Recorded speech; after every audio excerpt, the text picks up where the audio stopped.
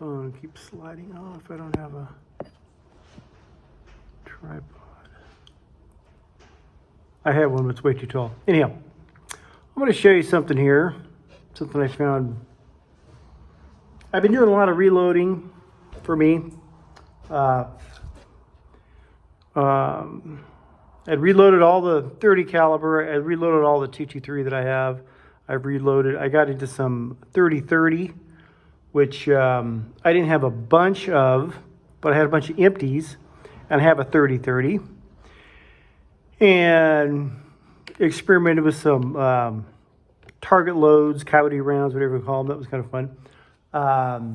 Then I got into my nephew has a lever action 357. It's a Marlin 357. It's the same. I have the Marlin 30-30. It's the same rifle, different caliber. But it shoots 357 and 38. Super fun to shoot. Oh my God, it's a John Wayne. You're in a John Wayne movie. I fired a whole bunch of 38. I have a ton of 38. So I said, let me get this stuff shot, reload some, full with it. That'll just kind of be my, I don't want to say disposable, but since I have so much of it. So I shot a bunch of it and had some loading issues with this lever action rifle. Where they aren't, let's say I shoot 5 rounds, one is going to jam up and not make it into the, not ramp up properly. I don't know what the phrase is they use, but it's not sliding up into the chamber, so to speak. And I thought, well, it's probably the ammo I was using. I was using a 38.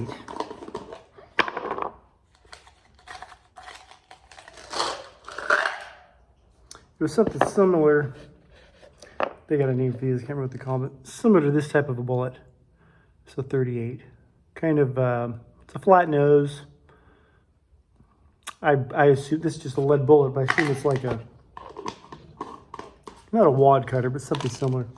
And I thought, well, that's jamming up. It's got a ridge on it. So then I loaded up some more smoother. This one's got a little more of a round nose to it. This is a 357 here, but I did this first in the 38 and did the same thing in the 357.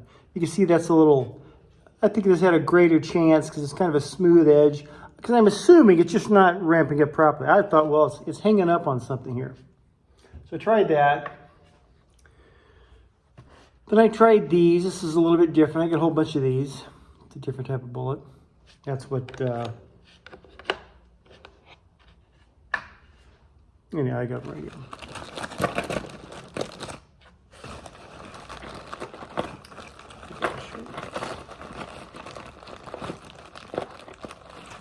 Did a bunch of this, 1 out of 5. I'm not gonna, I mean, I can't, sometimes you could kind of give it some double action. The thing with a lever action, you got to make sure you go to the end of your action. You take that lever all the way out, all the way back in. And sometimes the faster you do it, the better it is. But I also noticed if you're holding it sideways, up too high, it was going to have an issue. And so I'm looking at these and I'm thinking, well, maybe the crimp is smooth and I'm just not, it's because it backs up and they won't go up the ramp. So then I tried we had some homemade 38 caliber bullets that we casted a long time ago. And I said, well, we'll give them a try, what the heck. And this is what it looks like. But there's this ridge here, there's this lip. Better yet, I'm trying to use these things up. I'm trying to get rid of them. That's what it is there. But it's got this ridge. So I fired a whole bunch of these. Not very accurate. They might be a little bit light. Same thing, 1 out of 5 jams up. I cleaned the gun. I did all this. Then I found in my storage room, I just figured I'm going to have to figure out something else. It's got to be dirty. Maybe it's just something wrong with the gun. Then I got in my storage, I found an old box of 38s. These are definitely wad cutters.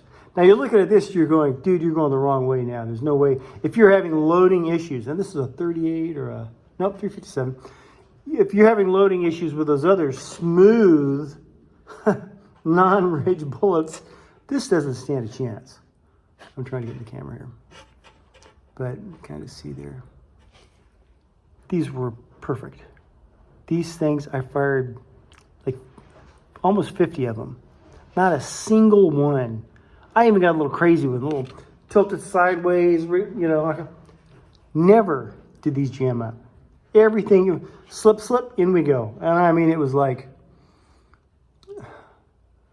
I'm like, this doesn't make any sense. Something else is wrong. So whatever I think is holding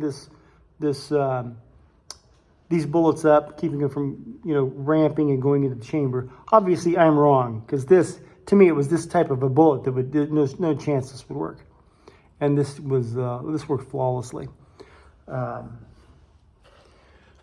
I don't know what I'm going to do, because I shot all of them. Anyhow, a little something there that, the little mysteries of it all are what keep me going. I enjoy that. These are fresh and ready to go. I got some new brass. I mean, lately I'm finding 357 brass, and I really enjoy shooting this lever action. It's fun, and it's accurate. I can actually, if I steady myself, and I've got a, I got the gauge, whatever you call it. 146 yards is where I'm sitting at, and I could hit a 4x4. I got a little 4x4 stands about this tall. It's been cut up. It's cut 4x4, painted white, and I have a dirt mound, so I like that. So if you miss, you can see which side you're missing because you get dust. And I could 4 out of 5 times I'm tapping this 4x4 at almost 150 yards with a 357, which is a bullet caliber. Now, granted, you got good pressure because you're a longer barrel with a rifle, but it's fun to shoot. And this, it's a, I think it's 8 rounds. Hard to load. It's not that, it hasn't been used that much. It's hard to get bullets in the darn thing. Just wear your thumb out. So I might change it. They say that gets easier. But I always thought, well, dude, this is a toy. You know, it's a 357 lever action. It's a toy. It's, you know, it's definitely not magazine fed or something like that, but you could easily defend your home, your place.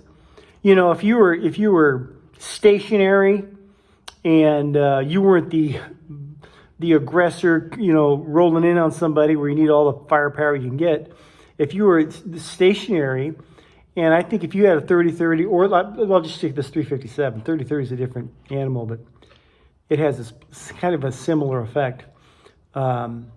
But this thing in 357, this lever action, your wife could shoot this, your daughter could shoot this. There's not much of a recoil.